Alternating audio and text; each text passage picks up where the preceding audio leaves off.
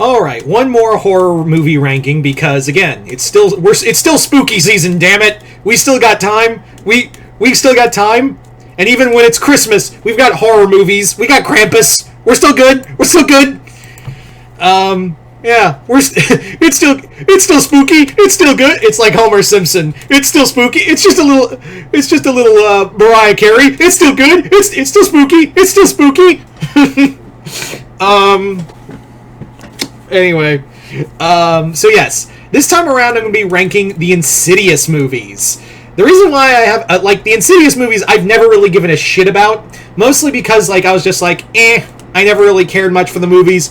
But recently, and also in preparation of when my girlfriend and I went to Halloween Horror Nights, we prepped ourselves, and this is kind of funny because we went to Halloween Horror Nights, not, last week as of this recording.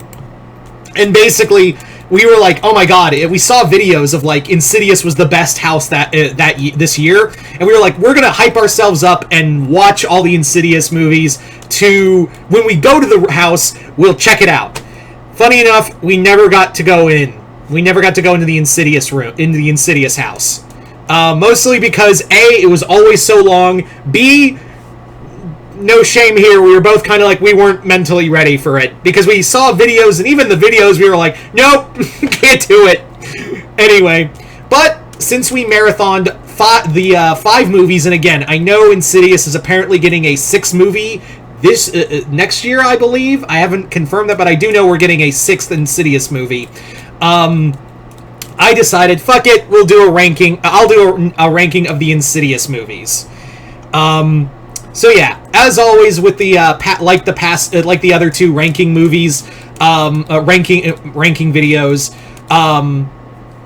If you think a movie should be higher or lower on the list, that's totally fine. I have no problem with that. This is just my personal list.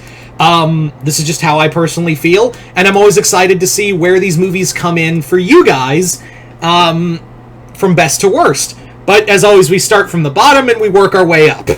So here we go. From the bottom of this list is Insidious Chapter 3. Chapter 3 is such a shit-the-bed kind of film. And you know what's crazy?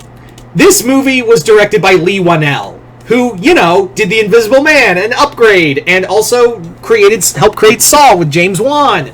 And honestly, this movie, the characters are bad, and I get it. It was Whannell's first movie, and not every film a director makes, even if you love him, is going to be a hit. I'm aware. I'm well aware. But the fact of the matter is that this movie, the characters are garbage, the story is ass. The breathing demon, it's just a guy with a breathing problem. That's your villain. This does try to tie in with, Chapter 3 acts as and the movies are just all over the place. The third movie is the prequel to the franchise because it's almost like the movies realized, shit, Liz Shay is the best character in this movie. Shit, we'll make it a prequel. Yeah. So, but this movie, we had to, we were watching this and we were like, we had to power through it, right? We had to, power through it. But yeah, not great.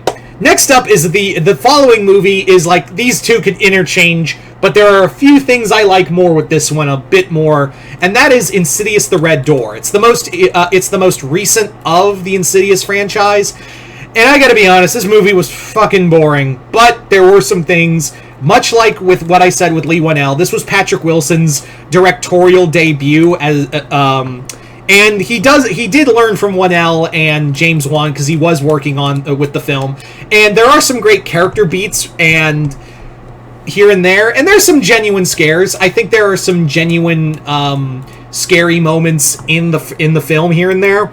But all in all, it doesn't work. This movie just does not work. It forgets about it does try to tie in with Insidious 2 a lot and what happened there. But I'm at the same time, you told us what the secret plot is. And also, this doesn't make the mom come out looking good. I'm not going to spoil what it is, but I'm when you find out the twist that you already know, they add one little more twist to it, and I'm wow, what the fuck? That doesn't make you look good at all. And it also forgets that, you know, there were other kids in the movie outside of Dalton. And Dalton is such a bitch in this film. And I also, when he goes to like meet his his new art teacher, I immediately said out loud, "I fucking hate you," because I just hate that when you see the character, she plays this over the top art teacher, and I'm like, get your Miss Frizzle ass out of this movie. It's like a mixture. Actually, no, it's more like Miss Frizzle and J.K. Simmons' character from Whiplash. That's what it feels like. Yeah, none of the characters are interesting. The only thing that really carries it is the family bond, and some of the scares are nice. Also, the other thing that just put it just above Insidious Chapter 3 for me was, yes, this song has a song by Ghost in it. So, Patrick Wilson does a duet with Papa Emeritus and the band, and it's pretty solid. I really liked "Stay With Me." It's a solid song. So that gave it just enough to edge it out over Insidious 3 as the worst Insidious movie so far. Next up, we have Insidious: The Last Key. Insidious: The Last Key is I think it has some solid scares, and I think the story and character exploration of Liz Shaye's character, Emmy, is pretty solid. I think they do a lot with her, and I do wish they did, but at the same time, I wish they did more with her and her family. You know, they talk about, you know, some heavy subjects like child abuse and things like that. The key demon, which is the main antagonist of this film, the key demon looks cool. It's an interesting concept, but they do so little with it. He doesn't feel like a literal threat like the Bride in Black or the red-faced demon do. So, and he's such a cool concept, too, that it just made me go, man, there was so much wasted potential here. But having said that, I think there is enough character. There's more character-driven story here, and some legit scares in the movie. I just wish it just has some wasted potential. It is the definition of middle of the road for me. It is a very mid, and I do reference middle of the road of this franchise. So, next up, we have Insidious, the original film.